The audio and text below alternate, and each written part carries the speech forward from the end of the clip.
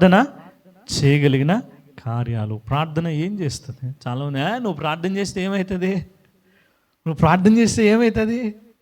ఒక వ్యక్తి ప్రార్థన చేసినప్పుడు 3.5 సంవత్సరాలు వర్షము రాలేదు. ఏలియా అనే ప్రవక్త ప్రార్థన చేస్తే అందరూ నవ్వుతున్నారా? నువ్వు ప్రార్థన చేస్తే ఏమైపోతుంది? ఏమైనా జరిగిపోతుందా? దేవుని వాక్యం అంటది ఏలియా కూడా మనం అంటే స్వభావాన్ని కలిగి ఉన్నవాడే, కానీ ప్రార్థన చేసినప్పుడు 3.5 సంవత్సరాలు దేర్ వాజ్ నో రెయిన్. అది ప్రార్థన శక్తి. నీవు దేవుని యొక్క ఆలోచనలతో, దేవుని యొక్క చిత్తములో నువ్వు ఎప్పుడైతే ప్రార్థన చేయగలుగుతున్నావో అసాధ్యమైన కార్యములో దేవుడు సాధ్యపరచువాడిగా ఉంటాడండి. అది ప్రార్థనలో ఉన్న శక్తి. ఇప్పుడు ప్రార్థన చేయు విధానమును కనుక మనం గమనించినట్లయితే ఇర్మియా గ్రంథం 29వ అధ్యాయం 13వ వచనంలో, ఇర్మియా గ్రంథం 29వ అధ్యాయం 13వ వచనంలో దేవుని వాక్యం ఇక్కడ ఏమంటున్నాడు ఆయన ప్రవక్త? 13వ వచనంలో మనం చూస్తున్నాం, మీరు నన్ను వెదకిన ఎడల. ఎట్లా వెతకాలంట? మీరు పూర్ణ మనస్సుతో నన్ను గూర్చి విచారణ చేయనెడల మీరు నన్ను కనుగొందురు, నన్ను నేను మీకు కనుపరుచుకుందును. ఇదే యెహోవా వాక్కు. ఏంటంట? మనము ప్రార్థన చేయనప్పుడు ఎట్లా చేయాలంట? పూర్ణ మనస్సుతో. It has to come from your heart. చాలామంది ప్రార్థనలు చేస్తూ ఉంటారండి, విసుగు వచ్చేస్తుంది అన్నమాట. ఎట్లా వస్తుంది? వాళ్ళు ప్రార్థన చేస్తుంటే విసుగు వచ్చేస్తుంది. ఎప్పుడు ఇదే ప్రార్థనే. చాలామంది వాళ్ళ యొక్క మాటల ద్వారా ప్రార్థనతో దేవుణ్ణి మెప్పించవచ్చు అనుకుంటారో, దేవుడిని మాటలను దేవుడు చూసేవాడు కాదు. ఎంత మంచి మంచి పదాలు వాడుతుందో నా బిడ్డ, ఎంత స్టైల్గా నా బిడ్డ ప్రార్థన చేస్తుందో, ఆ వొకాబులరీ, ఆ లాంగ్వేజ్, ఆ గ్రామర్ అంతా ప్రార్థనలో భలే ఉందే అని దేవుడు మురిసిపోడండి. He sees your heart. ఆయన నీ హృదయాన్ని చూచేవాడిగా ఉంటున్నాడు. నువ్వు ప్రార్థనకు దేవునికి సమీపిస్తూ ఉన్నప్పుడు నువ్వు దేవుణ్ణి నీ పూర్ణ మనస్సుతో దేవుని నువ్వు వెతకాలి. ఇంకా దేవుని వాక్యాన్ని మనం చూసినట్లయితే ద్వితీయోపదేశకాండం 4వ అధ్యాయంలో 29వ వచనం నుంచి మనం చూస్తున్నప్పుడు, ద్వితీయోపదేశకాండము 4వ అధ్యాయం 29వ వచనం.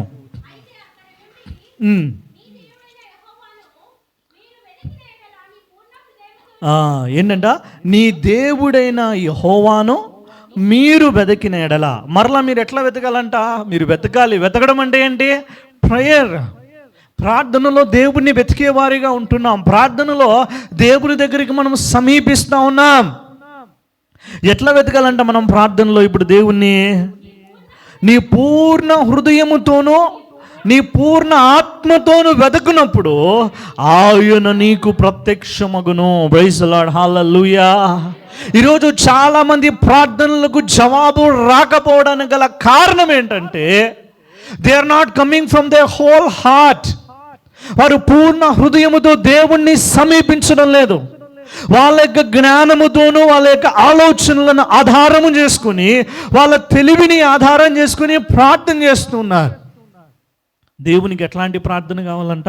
పూర్ణ మనస్సుతోనూ పూర్ణ ఆత్మతోనూ ఆయనను నువ్వు ప్రార్థన చేసినప్పుడు ఇప్పుడు దేవుడు ఏం చేస్తాడంట? ఆయన నీకు ప్రత్యక్షమగుతాడు. దేవుని నీవు ఎదుర్కొంటావు.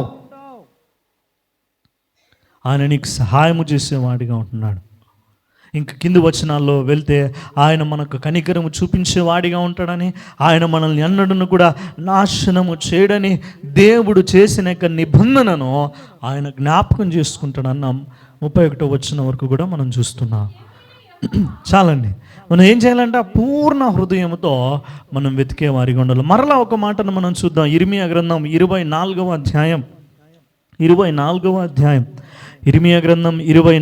అధ్యాయం 7వ వచనాన్ని మనం చూద్దాం. వారు పూర్ణ హృదయముతో వారు నా జనులగునట్లును నేను వారి దేవుడనగునట్లును నేను యెహోవానని నన్ను ఎరిగే హృదయమును వారికి ఇస్తాడంట. గమనించండి. ప్రతి చోట కూడా నువ్వు ఎప్పుడైతే ప్రార్థనకు సమీపిస్తున్నావో నీ హృదయములో నువ్వు నా యొద్దకు తిరిగి రాగా, ఇప్పుడు దేవుడు ఏం చేస్తున్నాడంట, దేవుణ్ణి ఎరిగే హృదయాన్ని నీకు ఇస్తున్నాడంట. నువ్వు ప్రార్థన చేయనప్పుడు ప్రతి ప్రార్థన కూడా దేవుడు వింటున్నాడో లేదో ఆ జవాబును నీకు తెలియాలి అంటే, ఆ సమాధానం నీకు తెలియాలి అంటే నీవు దేవుని హృదయాన్ని ఎరిగి ఉండాలి, దేవుడు నీ హృదయాన్ని ఎరిగి ఉండాలి. ఇప్పుడు దేవుడు ఏమన్నాడు, ఇదిగో నేను వారికి నన్ను ఎరిగే హృదయమును వారికి ఇచ్చేదను. ఎందుకంటే వీడు మన ప్రార్థన విజ్ఞాపన అడిగామనుకోండి, ఒక లిస్ట్ ఇస్తే మనం అడిగితే మీరు అందరూ కూడా ఒక పెద్ద లిస్ట్ ఇస్తారనమాట, ఒక పెద్ద లిస్ట్ ఇస్తారు. ఇవన్నీ కూడా నేను అడిగే ప్రతి ప్రార్థన, నేను చేసే ప్రతి విజ్ఞాపన ఇది దేవునికి అంగీకార యోగ్యముగా ఉన్నదా లేదా ఎప్పుడు తెలుస్తుంది? దేవుని యొక్క మనస్సును మనము ఎరిగినప్పుడు, దేవుని యొక్క హృదయాన్ని మనం ఎరిగినప్పుడు. దేవుడు ఏమన్నాడు, వారి పూర్ణ హృదయముతో నీ పెదవులతోనూ నీ మాటతోనూ నువ్వు దేవుణ్ణి ప్రార్థన చేయవద్దు. దేవుని సన్నిధిలో మన హృదయమును కుమ్మరించగలిగి మనం ప్రార్థన చేయగలుగుతాం అన్నప్పుడు, నువ్వు ప్రార్థన చేసినప్పుడే నీ ప్రార్థనకు దేవుడు నెమ్మదిని సమాధానాన్ని నీ హృదయంలో దయచేస్తాడు. ఆయన నీతో మాట్లాడతాడు, ఆయన నీకు తెలియజేస్తాడు whether this prayer request is going to be grant or not.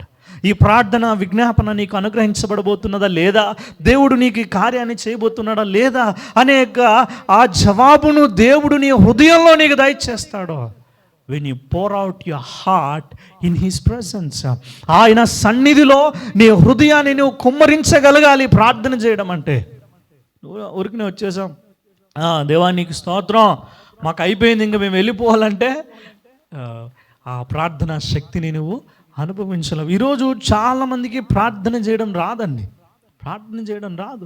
నేను చెప్పాను కదా, ఈ దైవ సేవకుడు గట్టిగా కేకలేయడం లేదు, స్టైల్గా ప్రార్థన చేయడం లేదు, మంచి మంచి మాటలు మాట్లాడడం లేదు, సౌండ్ బయటికి రావడం లేదంట, ఆయన పెదాలు మాత్రం కదులుతూ ఉన్నాయంట. వాడే పవర్ఫుల్ ప్రేయర్ అండి. ఏంటి, శబ్దం బయటికి రావడం లేదు, మూలుగులతో ప్రార్థన చేయడం, దేవుని సన్నిధిలో విజ్ఞాపన చేయడం.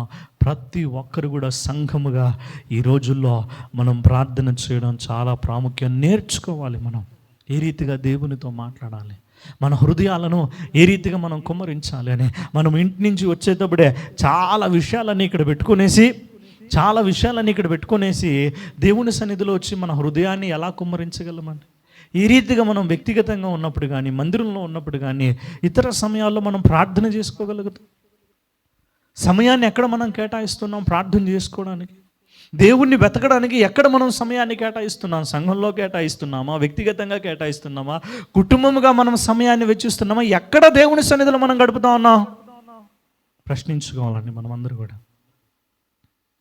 ఏ సందర్భంలో, ఏ సమయంలో నా దేవుని సన్నిధిలో నాకున్న ప్రశ్నలకు జవాబు కొరకు, నా సమస్యల కొరకు, నేను పోరాడుచున్న పరిస్థితుల కొరకు, నా ఇరుకుల కొరకు, నా సమస్యల కొరకు, నా బిడ్డ కొరకు, నా భర్త కొరకు, నా సంఘము కొరకు ఎక్కడ నేను సమయాన్ని గడుపుతూ ఉన్నా? ప్రార్థనలో ఎక్కడ నేను వెతుకుతూ ఉన్నాను?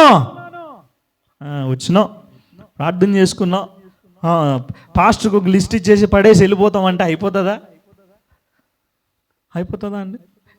ఈ నా నోట్స్లో చాలా ప్రేయర్ రిక్వెస్ట్లు ఉంటాయండి. చాలామంది చెప్పేదంతా కూడా ఈ నోట్స్లో నేను రాస్తూ ఉంటాను అన్నమాట, ప్రార్థన చేసుకోవడానికి, ప్రార్థన చేయడానికి. నా ప్రశ్న ఏంటంటే, నీకు సమయము ఎక్కడ ఉంది? ఎక్కడ నువ్వు దేవుని మందిరంలో నువ్వు ప్రార్థన చేసుకోగలుగుతా ఉన్నావా? నీ కుటుంబంలో నువ్వు ప్రార్థన చేసుకోగలుగుతా ఉన్నావా? కుటుంబముగా ప్రార్థన చేసుకోగలుగుతున్నావా? సంఘముగా ప్రార్థన చేసుకోగలుగుతున్నావా? వ్యక్తిగతంగా దేవుని సన్నిధిలో సమయాన్ని గడపగలుగుతా ఉన్నావా? ప్రార్థన చేయలేకపోతే మనుషులు మారరు, ప్రార్థన చేయకపోతే పరిస్థితులు మారవు, ప్రార్థన చేయకపోతే స్థితిగతులు మారవు, ప్రార్థన చేయలేకపోతే దేవుని సహాయాన్ని పొందుకోలేరు. మనల్ని మనం ప్రశ్నించుకోవాలండి. నేను ఎంత గొప్ప ప్రార్థనా పరుడిని, ప్రార్థనా పరురాలని మనుష్యులకు చూపించుకోవాల్సిన అవసరమో యేసయ్య ఏమంటాడో, నువ్వు ఎప్పుడైతే ప్రార్థన చేస్తున్నావో, నువ్వు ఎప్పుడైతే ఉపవాసం ఉంటున్నావో, నీ తలకు మంచిగా నూనె పెట్టుకొని రహస్యంగా నీ గదిలోనికి వెళ్ళి నువ్వు you have to seek your God in your personal life. నువ్వు దేవుణ్ణి వెతికే విధానాన్ని, పద్ధతిని నువ్వు నేర్చుకోవాలి. ప్రార్థన అనేది ఆషామాషి కాదండి. ఇట్ ఈస్ చాలా శక్తివంతమైన ఆయుధం అది. It has given to me and to you. నీకు నాకు దేవుడు దయచేశాడు. అది ఎన్నో కుటుంబాలను మార్చివేయగలిగింది. దాన్ని చేయగలిగిన విధానంలో నువ్వు చేయగలుగుతావు అన్నప్పుడు ఏం చేయాలంటే, మీరు ఎట్లా వెతకాలంటున్నాడు ఆయన, మరలా అన్నాడు, నీ పూర్ణ హృదయంతో come and seek your God with your whole heart, with your whole strength, with your spirit. ఇంకొక వాక్యాన్ని చూద్దాం. యోవేలు గ్రంథంలో 2వ అధ్యాయం 12వ వచనం. యోవేలు ప్రవక్త ఆయన మాట్లాడుతున్నాడు. 2వ అధ్యాయం 12వ వచనం.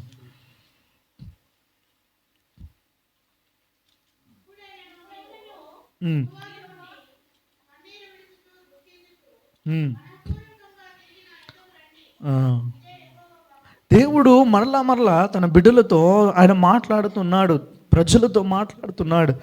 ఇప్పుడైనాను, ఇంకా ఆలస్యం కాలేదు, ఇంకా సమయం ఉంది. ఇప్పుడైనాను మీరు కన్నీరు విడుచుచు దుఃఖించుచు ఎట్లా రావాలంట.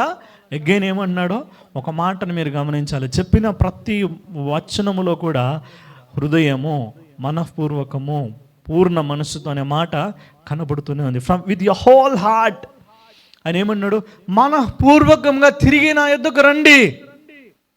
దేవుడు ప్రార్థన ద్వారా దేవునిని సమీపించే ఒక ద్వారాన్ని దేవుడు మనకు తెరచి ఉంచున్నాడండి. ప్రార్థన అనేది ఒక ద్వారము. ఆ ద్వారము ద్వారా మనము దేవుణ్ణి సమీపించగలుగుతాము. It is a door where you can go and approach your God. నీ దేవుణ్ణి వెళ్ళి సమీపించేది ప్రార్థన అనే ద్వారం అన్నమాట. ఇప్పుడు ఆ తలుపు మూసేసి కూర్చుంటే ఎట్లా వెళ్తామండి? ఇప్పుడు నేను ఆ తలుపు వేసేసాను అనుకోండి, లోపల ఉండేవాళ్ళు లోపలే, బయట ఉన్నోళ్ళు వెళ్తారా? బయట ఉన్నోళ్ళు లోపలికి రాగలుగుతారా? సమాధానం చెప్పాలి. లేదా లోపల ఉన్న వాళ్ళు బయటికి వెళ్ళగలుగుతారా? when the prayers of doors are closed, ప్రార్థన ద్వారములు అనేవి మన జీవితములలో మూయబడినప్పుడు మనలో నుండి దేవుని దగ్గరికి ఏదీ వెళ్ళదు. మనలో నుండి దేవుని దగ్గరికి ఏం వెళ్ళాలి? పశ్చాత్తాపము, విరిగి నలిగిన మనస్సు, దేవుణ్ణి ఒప్పుకునే మనస్సు, దేవుణ్ణి అడిగే మనస్సు, అది మన దగ్గర నుండి దేవుని దగ్గరికి వెళ్ళాలి. దేవుని దగ్గర నుండి విడుదల, రక్షణ, క్షమాపణ, స్వస్థత, సహాయము, మేలులు అనేవి దేవుని దగ్గర నుండి వస్తాయి. దేవుని స్వరము మన దగ్గరికి వస్తుంది. ఇప్పుడు మనం అందరం కూడా గట్టిగా తలుపులు వేసేసి కూర్చుంటే ఏం జరుగుతుంది అక్కడ? చెప్పండి. తలుపులు వేస్తే ఏమైనా అవుతుందా? ఇప్పుడు చాలామంది మనమందరము కూడా ప్రార్థన అనే ద్వారాన్ని బాగా గట్టిగా వేసాం. దానికి ఈ పక్క ఒక చైను, ఆ పక్క ఒక చైను గట్టిగా బంధించేసాం అన్నమాట. ఇప్పుడు కార్యం జరగమంటే, దేవుని సహాయం కావాలంటే, దేవుని యొక్క పిలుపు మనము, దేవుని యొక్క స్వరాన్ని మనం వినము, దేవుని యొక్క మేలులు మనకు కావాలంటే హౌ? ఆ ద్వారాలు ఏం చేయాలి? తెరవబడాలి. నువ్వు ఎప్పుడైతే దేవుని సన్నిధిలో నువ్వు ప్రార్థన చేయగలుగుతున్నావో ఆయన తన దగ్గరికి నిన్ను ఆహ్వానిస్తుంటున్నాడు. ప్రార్థన ద్వారా నువ్వు దేవుని దగ్గరికి వెళ్ళాలి. మీరు నా యొద్దకు రండి. ఇదే యెహోవా. ఎందుకు దేవుడు పిలుస్తున్నాడంటే, నేను మీ దేవుడైన యెహోవా కరుణా వాత్సల్యములు గల వాడను, శాంతమూర్తియు, అత్యంత కృపగల వాడనై ఉండి, తాను ఉద్దేశించిన కీడు చేయక పశ్చాత్తాపపడును గనక మీ వస్త్రములను కాక మీ హృదయములను చింపుకొని ఆయన తట్టు. ప్రార్థన అంటే మన వస్త్రాలను కాదు, మన హృదయాన్ని దేవునికి ఇవ్వడం. ప్రార్థన ద్వారా దేవునితో మనము సంభాషణ చేయగలుగుతాం. ప్రార్థన ద్వారా దేవుణ్ణి మన దగ్గరకు మనం ఆహ్వానించగలుగుతాం, దేవుని దగ్గరకు మనం వెళ్ళగలుగుతాం. అది ప్రార్థన. ఈరోజు చాలామంది అనేక రకములైన కారణముల చేత ప్రార్థనను నిర్లక్ష్యం చేస్తున్నారు. ఇంకా ఒక మాటను మనం చూద్దాం. 2వ దినవృత్తాంతాలు, 2 Chronicles 6వ అధ్యాయం, 2వ దినవృత్తాంతాలు 6వ అధ్యాయం 37వ వచనం నుంచి 40వ వచనం వరకు మనం చూస్తున్నప్పుడు ఇవన్నీ కూడా ప్రార్థన గురించేనండి. ఇవన్నీ కూడా ప్రార్థన గురించే మనం చూస్తున్నాం. ఉమ్, ఉమ్, ఉమ్, ఆ, ఆ, ఏంటంట, పూర్ణ హృదయముతోనూ పూర్ణ ఆత్మతోనూ నీ యొద్దకు మల్లుకొని తమ పితరులకు నీవిచ్చిన తమ దేశం మీదికి నీవు కోరుకొనిన ఈ పట్టణం మీదికి నీ నామ ఘనత కొరకు నేను కట్టించిన ఈ మందిరపు మీదికి మనస్సు త్రిప్పి విన్నపము చేసిన ఎడల నీ నివాస స్థలమైన ఆకాశము నుండి నీవు వారి విన్నపమును ప్రార్థనను ఆలకించి వారి కార్యము నిర్వహించి నీ దృష్టి ఎదుట పాపము చేసిన నీ జనులను క్షమించుదువుగాక. దైవజనాంగమా, ఇక్కడ కూడా సొలొమోను ప్రార్థన చేస్తూ దేవుని సన్నిధిలో ఆయన మందిరము నిర్మించబడిన తర్వాత ఈ 6వ అధ్యాయం అంతా కూడా మీరు చదివినట్లయితే ఈ 6వ అధ్యాయము 7వ అధ్యాయం ఎట్లా ఉంటుందంటే సొలొమోను ప్రార్థన అధ్యాయాలుగా మనం చెప్పవచ్చున. ఈ 2 అధ్యాయాల్లో కూడా సొలొమోను ఎంతగానో ప్రార్థన చేస్తున్నాడు దేవుని దగ్గర. ఒక సౌందర్యమైన మందిరాన్ని ఆయన నిర్మించి ఆ మందిరం ఎదుట రాజు అయినప్పటికీ కూడా తనను తాను తగ్గించుకొని దేవుని సన్నిధిలో ఆయన సాగిల పడుతూ ప్రార్థన చేస్తూ ఉన్నాడు. దేవా, ఇప్పుడు నేనేదో ఇంత సౌందర్యముగా ఆ యెరూషలేము సొలొమోను కట్టించిన యెరూషలేము మందిరము మీద ఆ గోడలన్నీ కూడా బంగారముతో పూత వేయబడి ఉన్నాయి. ఎన్నో ఖరీదైన వస్తువుల చేత మందిరము అలంకరించబడి ఉన్నది. ఎంతో సౌందర్యముగా ఉన్నది. ఎంతో పెద్ద మందిరాన్ని ఆయన నిర్మించానండి. ఇవన్నీ పక్కన పెట్టేసి ఇవన్నీ కాదు ఘనతను తీసుకుని వచ్చేది. దేవా, ఇవన్నీ కాదు నీ సన్నిధిని ఈ మందిరంలోనికి తీసుకుని వచ్చేదయ్యా. మేము ఎప్పుడైతే మా పూర్ణ హృదయముతో ఏమన్నాడన్న ఆయన, ఇదిగో ఆ ప్రజలు పూర్ణ హృదయముతోనూ పూర్ణ ఆత్మతోనూ నీ యొద్దకు మల్లుకొని. ఇప్పుడు ఏం చేయాలంటే మనం ప్రార్థన అనగా ఏంటి, ఇప్పుడంతా ఒక దారిలో మనం ఉంటున్నాం. ఆ దారిలో నుంచి దేవుని యొక్క దారిలోనికి మనము తిరగడం. ఇదిగో ఆయన అన్ని జ్ఞాపకం చేస్తున్నాడు. వారి పితరుల దేశంలో నుండి, చెరసాలలో నుండి, బానిసత్వంలో నుండి వీరందరినీ నువ్వు బయటికి తీసుకొని వచ్చావు. ఐగుప్తు చెరలో నుండి వారిని బయటికి తీసుకొని వచ్చి వారితో వాగ్దానం చేసిన దేవా, ఇంతకాలానికి నిన్ను ఆరాధన చేయడానికి ఒక మందిరాన్ని నిర్మించుకోవడానికి కృపను చూపించావు. ఈ మందిరములో నీ సన్నిధి మాకు కనబడాలంటే, నీ అభిషేకం మాకు కావాలంటే ఇక్కడ ఎవరు నివాసం చేయాలి? దేవుడు నివాసం చేయాలి. ఇప్పుడు ఆ దేవుడు నివాసం చేయాలంటే దేవుడు ఎట్లా వస్తాడు? ప్రార్థన ద్వారా. ఆయన పూర్ణ హృదయముతో పూర్ణ మనస్సుతో తనను తాను తగ్గించుకొని దేవుని సన్నిధిలో ఏం చేస్తున్నాడంట? ప్రార్థన చేస్తున్నాడంట. దేవా, ఇదిగో మేము ఎప్పుడైతే ప్రార్థన చేస్తున్నామో నీ నివాస స్థలమైన ఆకాశములో నుండి ఇప్పుడు దేవుడు ఏం చేస్తున్నాడంట? వారి మనవి ఆలకించి వారి పాపములను క్షమించువాడిగా ఉంటున్నాడంట. ఇది ప్రార్థనలో ఉన్న శక్తి. దైవజనాంగమా, మందిరమును కూడా ప్రార్థనా శక్తిని మనం ఎంత మాత్రమును కూడా నిర్లక్ష్యము చేయువారిగా ఉండకూడదు.